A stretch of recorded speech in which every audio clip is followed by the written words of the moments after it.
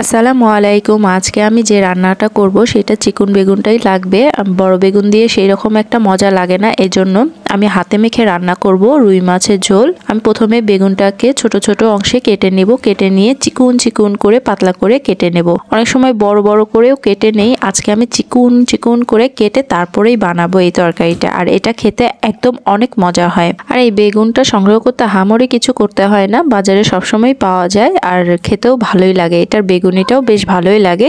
মোটা বেগুনটা আর বিচি থাকলে কেমন জানি তরকারিটা মজা হয় না, এটাতে বিচি থাকে না, একদম পাতলা পাতলা করে কেটে নিয়েছি, দেখতে পাচ্ছেন। আর হ্যাঁ, আমি বটি দিয়ে কাটতে অভ্যস্ত, আমার বটি দিয়ে কাটতে বেশি সুবিধা লাগে। আপনাদের যদি চাকু দিয়ে কাটতে সুবিধা হয় সেক্ষেত্রে চাকু দিয়ে চিকন চিকন করে কেটে নিতে পারেন। প্রথমে আমি বেগুনগুলো কেটে নেওয়ার পরে এরপরে আমি এখানে আলু কেটে নিচ্ছি, আলুটাকে ছিলে নিচ্ছি। আপনারা চাইলে এখানে নতুন আলুটাও ব্যবহার করতে পারেন। আর হ্যাঁ, এই যে সবজিগুলো দেখতে পাচ্ছেন, আজকে আমি অন্য কোনো সবজি ব্যবহার করব না, শুধু বেগুন আলু দিয়ে হাতে মেখেই তরকারিটি রান্না করব।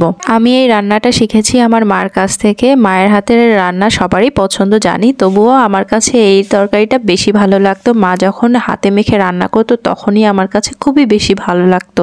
আচ্ছা, আপনার মার হাতের কোন রান্নাটা আপনার সবচেয়ে বেশি ভালো লাগে অবশ্যই কমেন্টে জানিয়ে যাবেন, ঠিক আছে? আমার তো অনেক রান্নাই ভালো লাগে, সেখান থেকে এই তরকারিটা একটু বেশি ভালো লাগে। বেগুন আলু আর ইলিশ মাছ দিয়েও কিন্তু বেশি ভালো লাগে। আমার সবগুলো কেটে নেওয়া হয়ে গেছে। এখন আমি এখানে রুই মাছ আজকে নিয়েছি। রুই মাছটা আমি আগে থেকে ভালো করে ধুয়ে হলুদ, লবণ, মরিচের গুঁড়ো আর ধনে গুঁড়ো দিয়ে ভালো করে মেখে রেখেছিলাম 10 মিনিটের মতো। এরপরে আমি এটা তেলে ভেজে নেব।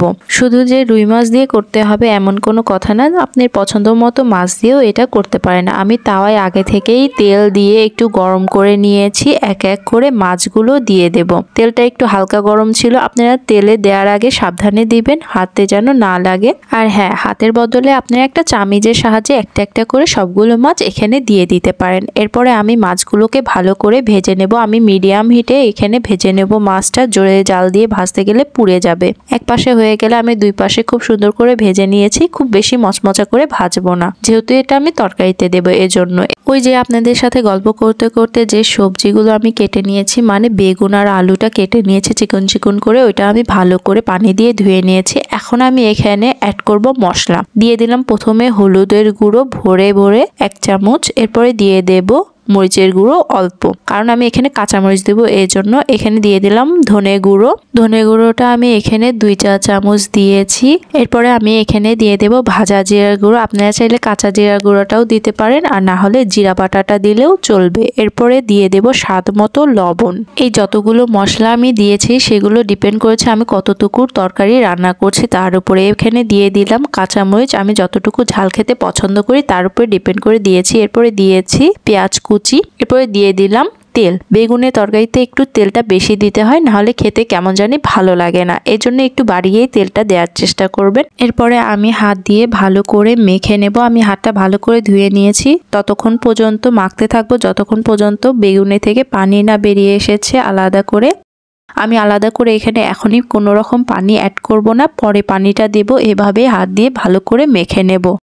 যখন এরকম নরম হয়ে এসেছে দেখতেই পারছেন, তখনই আমার মাখাটা আমি বন্ধ করে দিয়েছি। এখানে দিয়ে দেব পানি। পানির পরিমাণটা ডিপেন্ড করবে আপনি কতটুকু ঝোল খেতে পছন্দ করেন তার উপরে। তবে আমি বলবো বেশি পানি না দিতে, যেহেতু প্রথমেই বলেছি মাখা মাখা তরকারি, এটা মাখা মাখা খেতেই বেশি ভালো লাগে। আমি এই পানিতেই সিদ্ধ করে নিব, আর এই পানির পরে আর কোনো রকম পানি অ্যাড করব না। এখানে আমি চুলার জালটা মিডিয়াম থেকে একটু বাড়িয়ে জাল করে নেব প্রায় 10 থেকে 12 মিনিটের মতো। এর মাঝে যখন তরকারিটা প্রায় হয়ে আসবে তার আগ দিয়ে ঢাকনাটা খুলে আমি এখানে ভাজা মাছগুলো দিয়ে দেব। বেগুন আলু ভালোভাবেই সিদ্ধ হয়ে গেছে। মাছটা দিয়ে 5 মিনিটের মতো জাল করে নেব। এরপরে প্রায় 10 থেকে 12 মিনিটের মতো সময় লেগেছে আমার এটা পুরো হওয়ার পরে আমি এখানে ধনেপাতা দিয়ে দিয়েছি। আপনারা যদি ধনেপাতা না খেতে চান সেক্ষেত্রে ভাজা জিরার গুঁড়োটা অল্প একটু হালকা ছিটিয়ে দিতে পারেন, সেক্ষেত্রে ভালো লাগবে খেতে। রান্না শেষে আমি বাটিতে উঠিয়ে নিচ্ছি। আমার রান্না তো শেষ, আপনি কবে রান্না করছেন সেটা বলুন। পুরো ভিডিওটি দেখার জন্য অসংখ্য ধন্যবাদ। নতুন হয়ে থাকলে চ্যানেলটি সাবস্ক্রাইব করে পাশে থাকবেন পরবর্তী ভিডিওর জন্য। আজ তাহলে আসি,